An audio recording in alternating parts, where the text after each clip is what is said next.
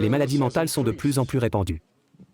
Est-ce qu'il s'agit de possession démoniaque ou d'autre chose? Si oui, pourquoi l'Église ne s'en occupe-t-elle pas comme Jésus et les disciples? La maladie mentale est l'un des plus grands problèmes de notre société actuelle. Une personne sur 4 a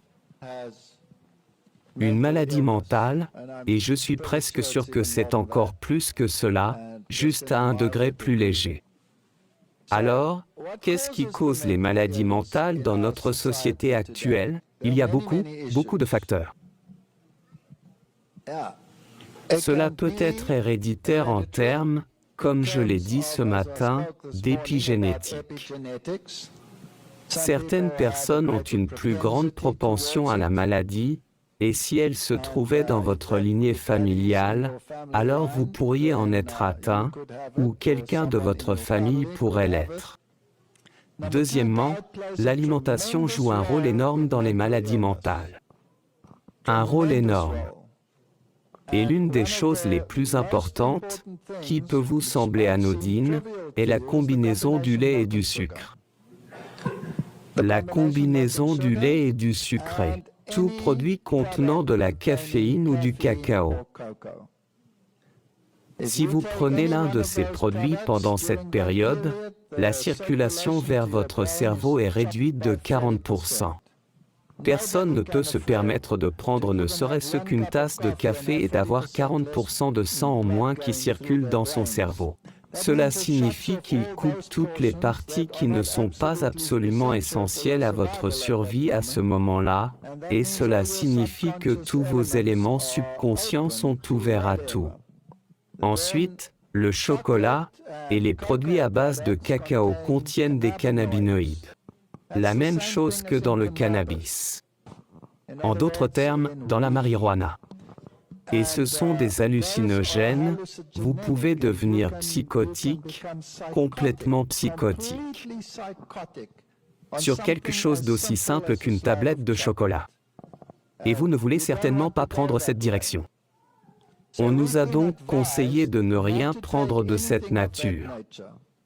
En fait, l'esprit de prophétie dit que manger de la viande n'est pas un test d'appartenance à l'Église, mais que boire du café est un péché. Pourquoi? Parce que vous réduisez votre fonction cognitive de 40%. Et une fois que vous commencez à prendre des hallucinogènes, surtout à notre époque où les gens prennent des drogues, et beaucoup de gens ont expérimenté les drogues, et ils ont pris de l'héroïne, et ils ont pris du tabac, et ils ont pris toutes ces choses qui affectent vos récepteurs et vos niveaux de sérotonine dans votre cerveau.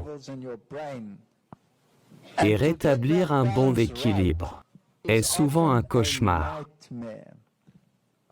Et puis, lorsque vous avez ouvert cette porte, alors, je ne répugne pas à dire que les forces démoniaques ont un rôle à jouer et entrent en jeu, et causent les pires cas de dépression que nous ayons connus depuis des millénaires. Donc, restez à l'écart de tout ce qui stimule le cerveau, qui le déstimule, qui provoque des psychoses. Et cette nouvelle tendance à utiliser le cannabis médical est l'une des tendances les plus dangereuses qui soient.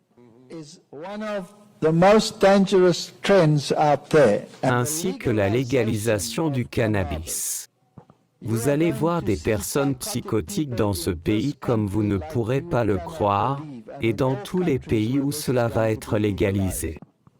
C'est composé, même dans les plus petites quantités. Je connais des gens qui ont pris ces choses et qui sont totalement déprimés. Et ils avaient simplement bu du lait de chanvre,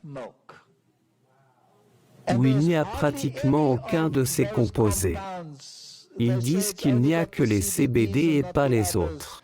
Et même là, ils ont eu une psychose avec un seul verre de ce lait. Je resterai à l'écart de tout ce qui contient quelque chose qui peut affecter l'esprit.